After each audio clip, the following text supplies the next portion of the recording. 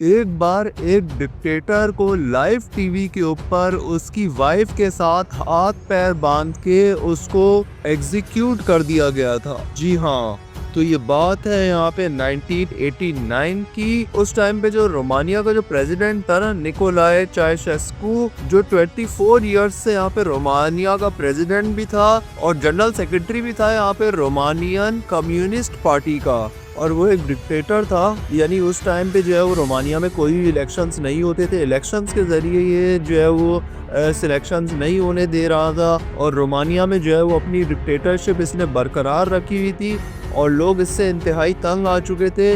इसीलिए यहाँ पे 16 दिसंबर 1989 को जो है टिबिसूरा में जो है ना वो प्रोटेस्ट हो रहा था, और प्रोटेस्टर्स जो है ना वो कम्युनिस्ट पार्टी के हेड क्वार्टर्स तक आ गए थे। और उसके बाद फिर निकोलाई ने यहाँ पे जो है ना पुलिस को ऑर्डर्स दे दिए कि अब जो है वो फायर खोल दिया जाए यहाँ पे उनके ऊपर, और उनके ऊपर यहाँ पे फायर खोल दिया जाता है, और वो इलाका मैदान जंग बन गया था और तकरीबन 1000 से ज़्यादा लोग जो है वो मारे गए थे।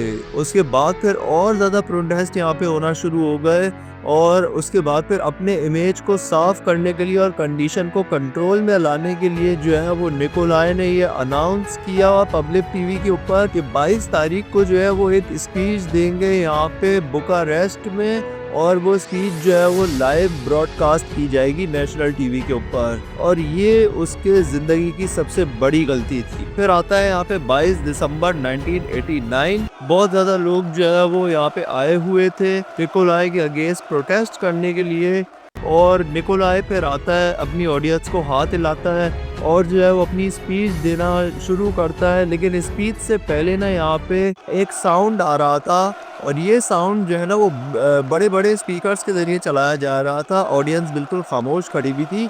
ये सारा साउंड जो है वो प्री रिकॉर्डेड था, जो कि निकोलाई के हक में जो है वो चलाया जा रहा था उसी के बंदों की तरफ से।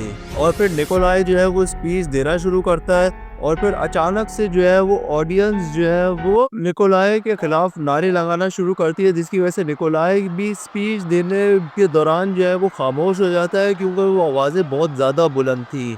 और उसके बाद फिर जो है ना पीछे से निकोलाई का सिक्योरिटी गार्ड आके बोलता है कि प्रोटेस्टर्स जो है वो बिल्डिंग में आ रहे हैं। फिर निकोलाई और उसकी वाइफ जो है वो यहाँ पे प्रोटेस्टर्स को जो है वो पीछे रहने का कहते हैं, लेकिन समहाउ यहाँ पे जो सिक्योरिटी गार्ड्स थे ना वो यहाँ पे प्रोटेस्टर्स को जो है वो अंदर नहीं आने देते यहाँ पे बिल्डिंग के। और फिर जब निकोलाई की यहाँ पे स्पीच खत्म होती है ना, तो प्रोटेस्टर्स जो है वो घर नहीं जा रहे होते हैं। निकोलाई को भी अपने घर जाना था, तो इसीलिए वो यहाँ पे जो है ना अपनी पुलिस को बोलता है कि फायर खोल दो, और फिर दोबारा यहाँ पे जो है वो फायर खोल दिया जाता है। और फिर बुकारेस्ट भी जो है वो मैदान जंग बन जाता है। यहाँ पे बहुत ज़्यादा लोग जो है वो यहाँ पे भी मारे जाते हैं। इतने ज़्यादा लोग मारे गए थे कि वो एरिया जो है वो खून खून हो गया था। अगले दिन की सुबह जो है वो सारी पुलिस जो है वो यहाँ पे वाटर कैनन्स ला के जो है ना पानी से जो है वो उस खून को यहाँ पे क्लियर करती है। उसके बाद फिर निकोलाई जब अपने घर पहुँचता है ना, तो वहाँ पे भी जो है वो बहुत ज़्यादा प्रोटेस्ट हो रहे थे, क्योंकि रोमानियन लोग जो है रेवोल्यूशन चाहते थे। उनको किसी भी सूरत में जो है ना वो ये डिक्टेटर बर्दाश्त नहीं था।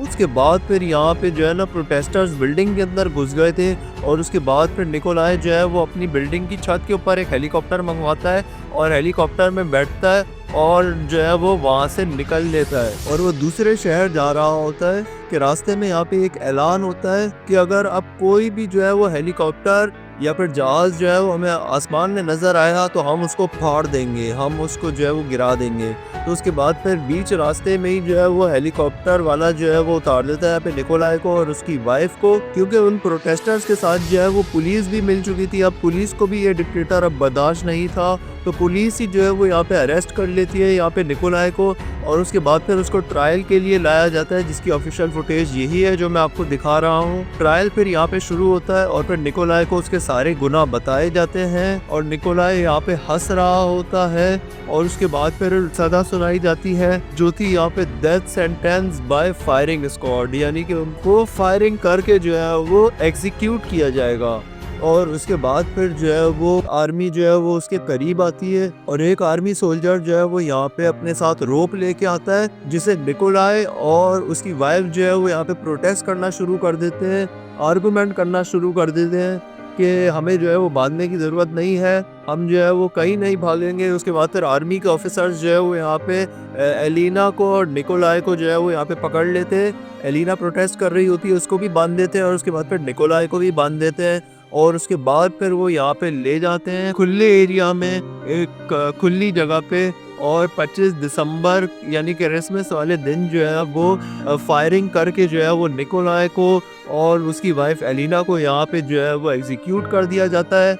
उसके बाद फिर उनके करीब जाकर देखा जाता है, उनको चेक किया जाता है तो निकोलाई और उसकी वाइफ एलिना जो है वो मर चुके थे। उसके बाद फिर उनकी डेड बॉडी जो है वो शहर के सारे लोगों को दिखाई जाती है लाइव कैमरा के ऊपर, लाइव टीवी के ऊपर, ताकि सारे लोगों को ये पता लग जाए कि वो डिक्टेटर जो 24 साल से जीना हराम करके रखा हुआ था वो अब यहाँ पे मारा गया है। और उसके बाद फिर पूरे रोमानिया के अंदर जो है वो लोग बहुत ज्यादा खुश थे, बहुत ज्यादा सेलिब्रेशंस हो रही थी, फायरवर्क्स भी हुए थे यहाँ पे रोमानिया के अंदर, खुशी की लहर दौड़ पड़ी थी यहाँ पे, क्योंकि जो निकोलाई था वो उसने अपने 24 साल की डिक्टेटरशिप के दौरान जो है वो यहाँ पे तकरीबन 60,000 से ज्यादा लोगों को मरवाया था। इसीलिए जो है वो उसको जो है वो उसी टाइम पे एग्जीक्यूट कर दिया गया था। और जापान में यहाँ पे आबादी क्यों खत्म होती जा रही है जानने के लिए आप ये वाला वीडियो देख सकते हैं। और यूएस में जो है वो 80% से ज्यादा लोग ईस्ट में ही क्यों रहते हैं जानने के लिए आप ये वाला वीडियो देख सकते हैं। यहाँ पे क्लिक करके सब्सक्राइब करें ताकि ऐसे ही इंटरेस्टिंग वीडियोस आपको जो है वो मिलते रहें।